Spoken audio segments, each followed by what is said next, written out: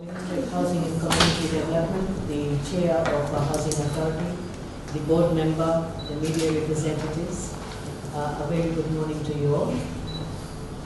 I want to start off by saying that I received the Housing Authority Special Audit Report as well as the Public Inquiry Report 2 weeks ago from the Chair of the Housing Authority.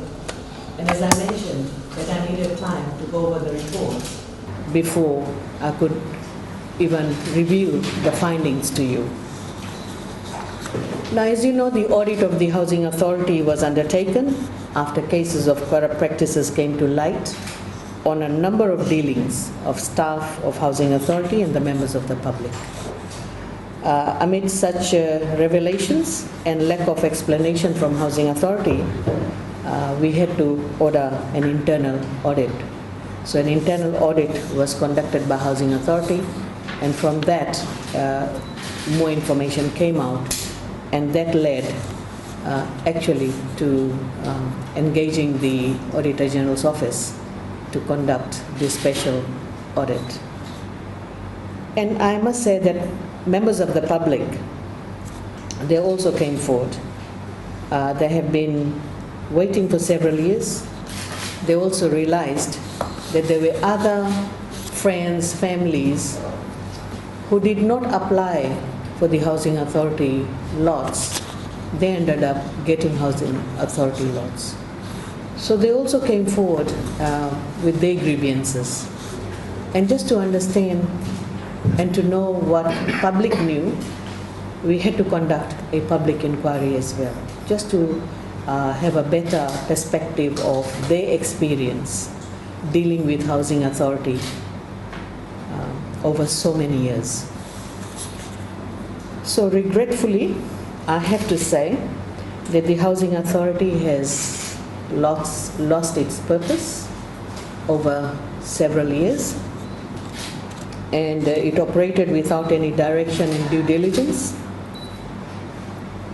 It did not follow its policies and procedures that were there in place. And the policies and procedures, as you know, in any organization is there to guide the staff, right? It is to bring about transparency in any organization. The report revealed that there was failure on governance, risk management, and compliance.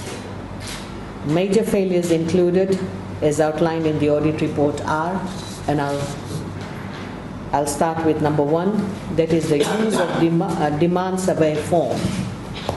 So Housing Authority staff were using demand survey form, which was designed to gauge the demand for housing.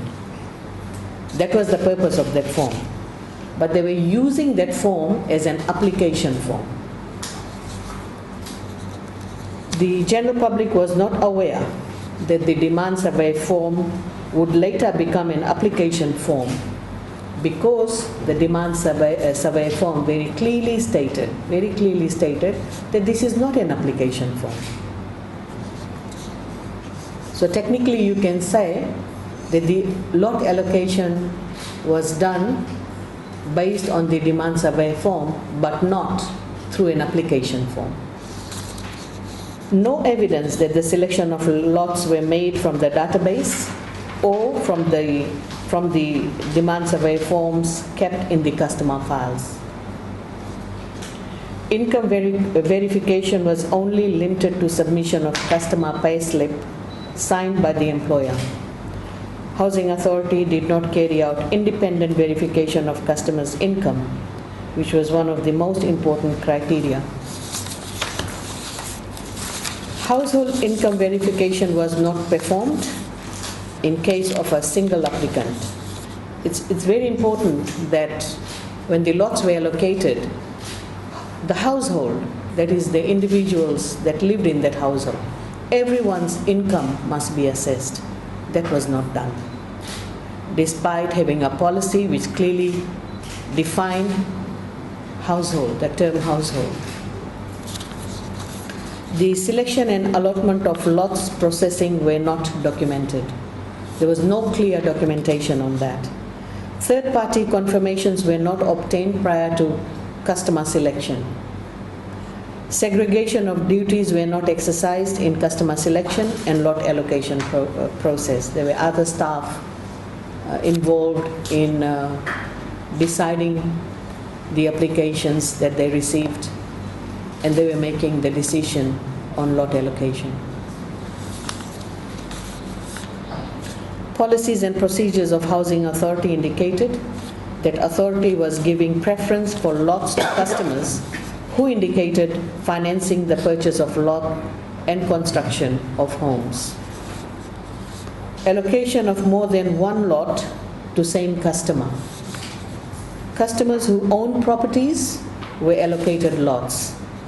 Housing Authority did not perform from sector. So this is where I end. And if you have any question, you're free to ask now.